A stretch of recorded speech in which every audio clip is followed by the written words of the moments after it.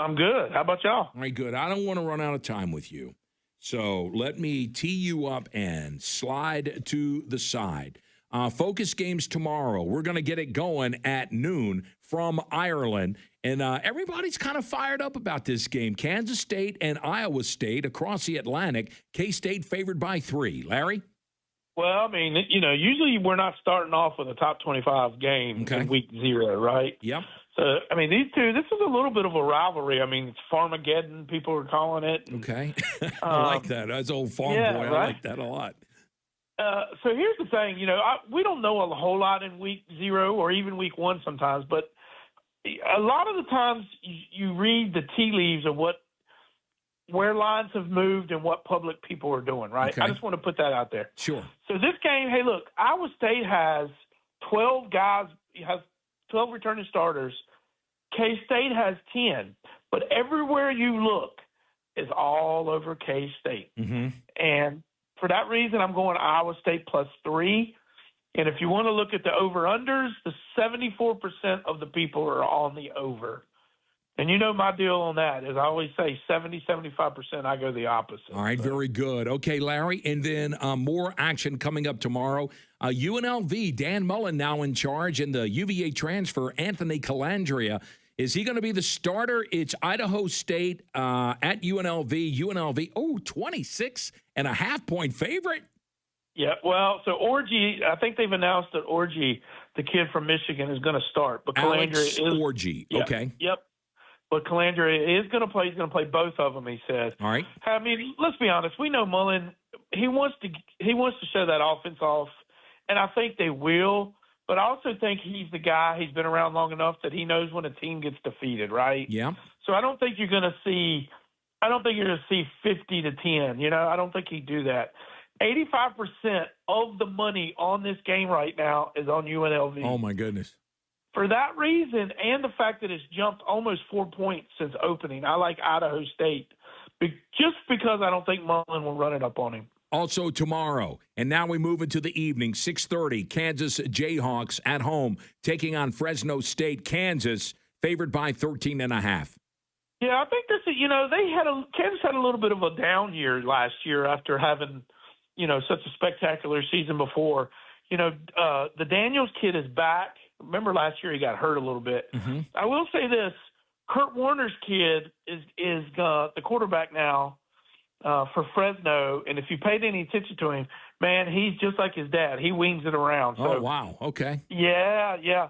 75% is on the over right now, but I would say under, but be careful. Be very careful. I like Kansas minus the 13.5 at home. Okay. For that reason. All right. Yeah. Right now, I'm showing the over/under is right at 50.5 points, and right now, if that stays, you're saying you'd play the under.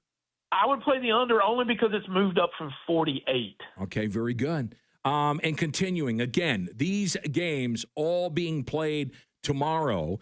We go to Conference USA. Sam Houston and Western Kentucky. Liberty and Western Kentucky are projected to be the class of Conference USA. Western Kentucky gets it going at home. They're favored by 10 against Sam Houston.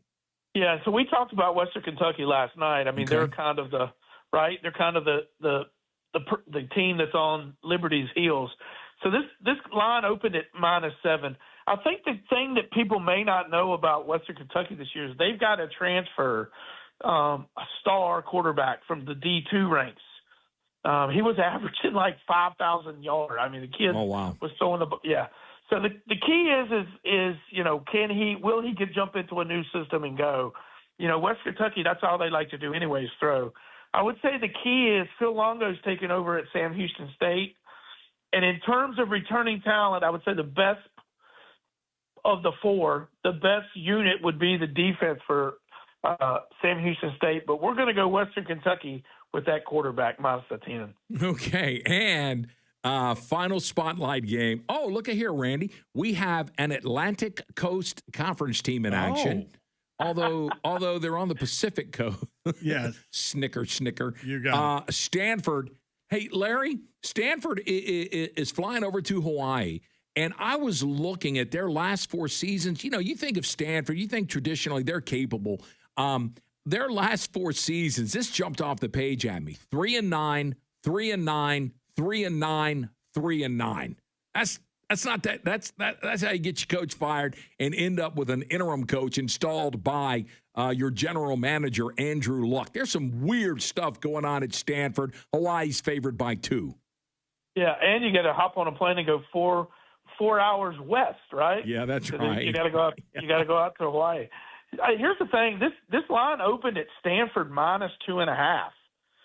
So the pros thought Stanford were the team. And all of a sudden, the bettors have turned this around. I mean, that's almost a 4.5-point spread difference. I would say this: I was on Stanford early, and then that line change started happening. It kind of scared me a little bit. So I started doing a little bit more research. So Timmy, Frank Reich is there now with Andrew Luck, and I feel like that's just. He's going to have the kids prepared, but I don't know that they have the talent because they lost so much. All right, very good. And so for that reason alone, I like Hawaii at home. Ooh. And Stanford has become a little bit of a darling of an upset pick here of these 5 games. There's not a whole lot of people picking upsets, and that Stanford's being picked 68% on the over. I kind of like the under because I think Great stuff. I don't know Stanford.